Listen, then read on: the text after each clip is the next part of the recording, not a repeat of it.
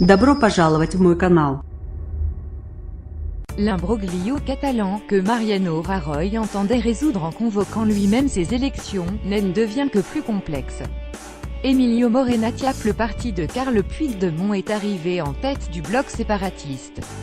Le bloc des trois formations indépendantistes sauve de justesse sa majorité au Parlement catalan, tandis que le parti anti-indépendantiste Ciudadanos centre libéral s'érige à la première place. Pour la première fois depuis le retour de la démocratie en Espagne, une force non nationaliste gagne des élections catalanes. La victoire est belle, mais elle risque de s'avérer inutile. L'imbroglio catalan, que Mariano Rajoy entendait résoudre en convoquant lui-même ces élections, ne devient que plus complexe. Un présidentiable est en Belgique, menacé d'arrestation s'il pose un pied en Espagne. D'autres députés élus, indispensables à la majorité souverainiste, sont dans la même situation ou détenus en prison préventive.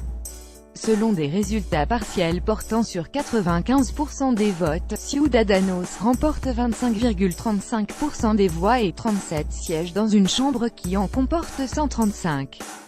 JPER Catalunya JPC, centre droit indépendantiste, la liste confectionnée autour du président catalan destitué, Carles Puigdemont, remporte 21,7% des voix et 34 sièges, suivi d'Esquerra Republicana de Catalunya ERC, centre-gauche indépendantiste, avec 21,4% et 32 sièges.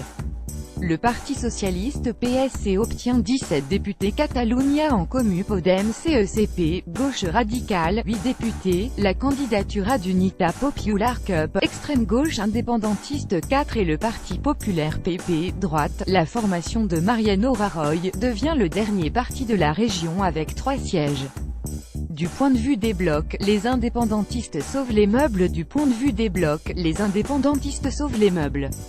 L'addition de JPC, ERC et la CUP représente 70 parlementaires, contre 72 dans le Parlement sortant, et 47,6% des voix, soit quasiment le même score qu'en 2015.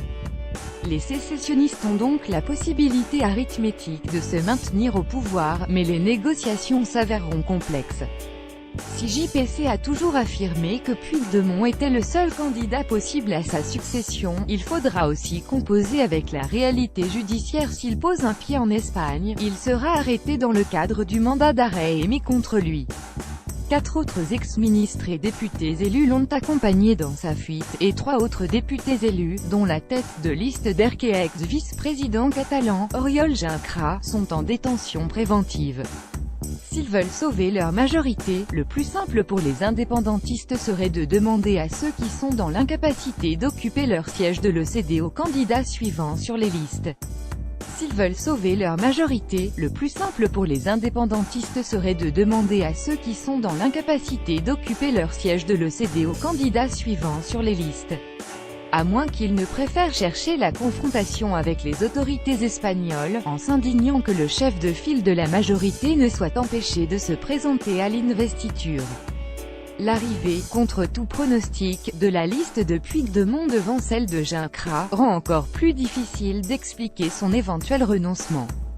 Avant le scrutin, le candidat d'ERC Ernest Maragall confiait au Figaro que si les indépendantistes emportaient la majorité des sièges, mais restaient en deçà de 50% des voix, il faudrait mettre en sommeil la stratégie unilatérale et favoriser le dialogue avec Madrid. Mais c'est aujourd'hui Puigdemont qui reprend la tête du bloc sécessionniste. Plus radical que certains secteurs de son parti, indépendantiste depuis toujours, il a multiplié à Bruxelles les surenchères contre le gouvernement espagnol, taxé de franquiste, et les institutions européennes, accusées de complicité. À Madrid, le coup est dur, et la défaite est triple. À Madrid, le coup est dur, et la défaite est triple. Rajoy, d'abord, manque son objectif de renvoyer l'indépendantisme dans l'opposition.